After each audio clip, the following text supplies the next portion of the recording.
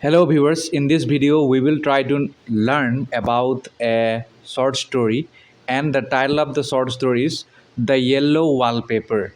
The Yellow Wallpaper, it is originally titled as The Yellow Wallpaper a Story.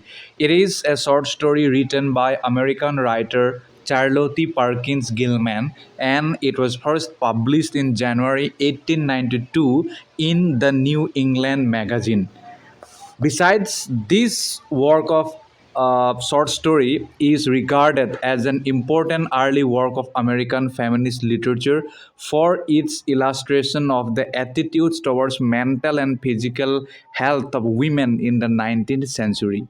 Furthermore, this story is narrated in the first person, and this story is a collection of journal entries written by a woman whose physician husband has rented an old mansion for the summer and foregoing other rooms in the house. The couple, they move into the upstairs nursery.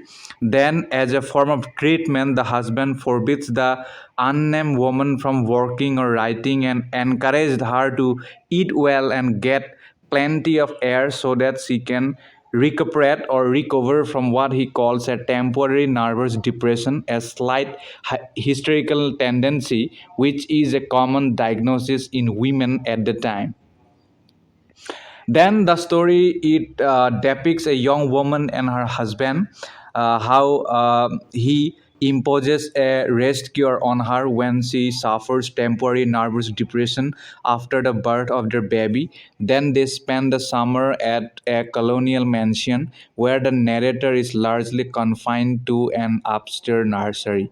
Then the story makes striking use of an unreliable narrator in order to gradually reveal the desire to which her husband has imprisoned her. Then she describes torn wallpaper, bad windows, metal rings in the walls, and a floor scratched and gouged and splintered, with a bed bolted to the floor and a gate at the top of the stairs. But blames all this on children who must have resided there. Then the narrator has devoted many journal entries to describing the wallpaper in the room, its sickly color, its yellow smell, its bizarre and disturbing pattern like an interminable string of toadstools, then budding and sprouting in endless convolutions, and its missing patches, and the way it leaves yellow smears on the skin and clothing of anyone who touches it. Then she has also described how the longer one stays in the bedroom, the more the wallpaper appears to mutate, especially in the moonlight. Then, with no stimulus other than the wallpaper, the pattern and designs, it becomes increasingly intriguing to the narrator. Then she soon begins to see a figure in the design, and eventually she comes to believe that a woman is creeping on all four behind the pattern. Uh, Apart from that, believing she must free the woman in the wallpaper, she has begun to strip the remaining paper off the wall. Then, when her husband arrived home, the narrator refused to unlock her door.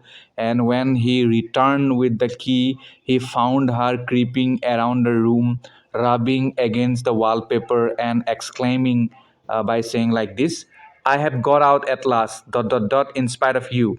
Then he Consequently, he fainted, but she continued to circle the room, creeping over his inert body each time she passed it, believing herself to have become the woman trapped behind the yellow wallpaper.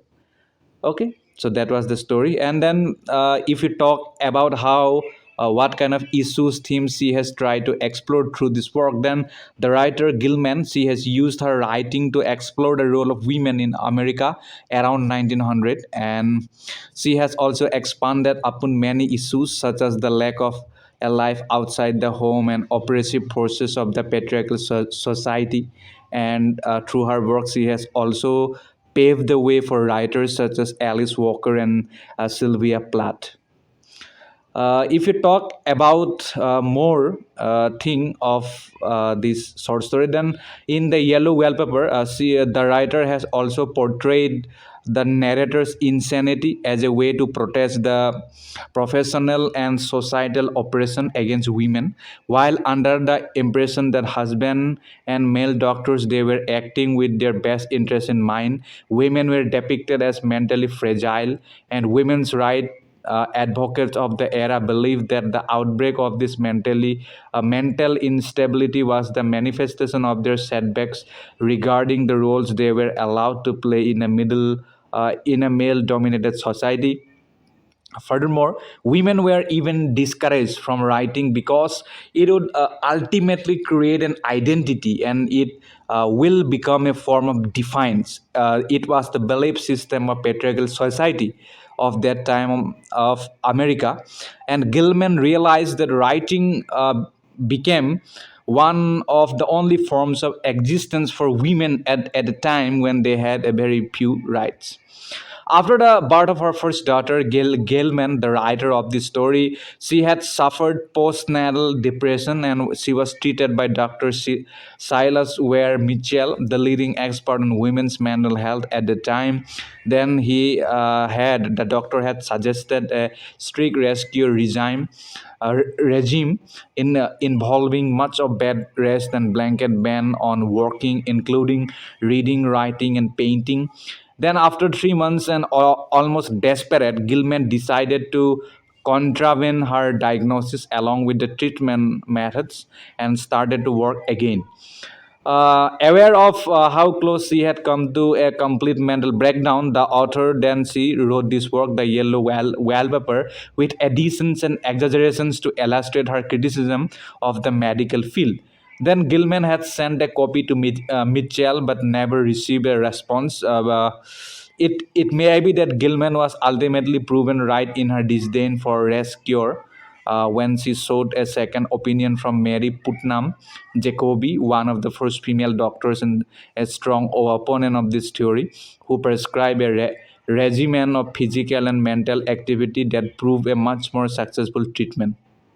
Then she added that the wallpaper was not intended to drive people crazy, but to save people from being driven crazy, and it worked.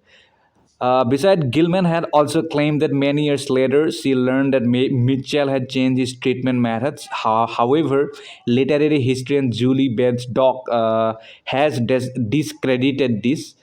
Because Mitchell continued his methods, and as late as 1908, 16 years after the Yellow Wallpaper was published, she was also interested in creating entire hospitals devoted to the rescuer, so that his treatment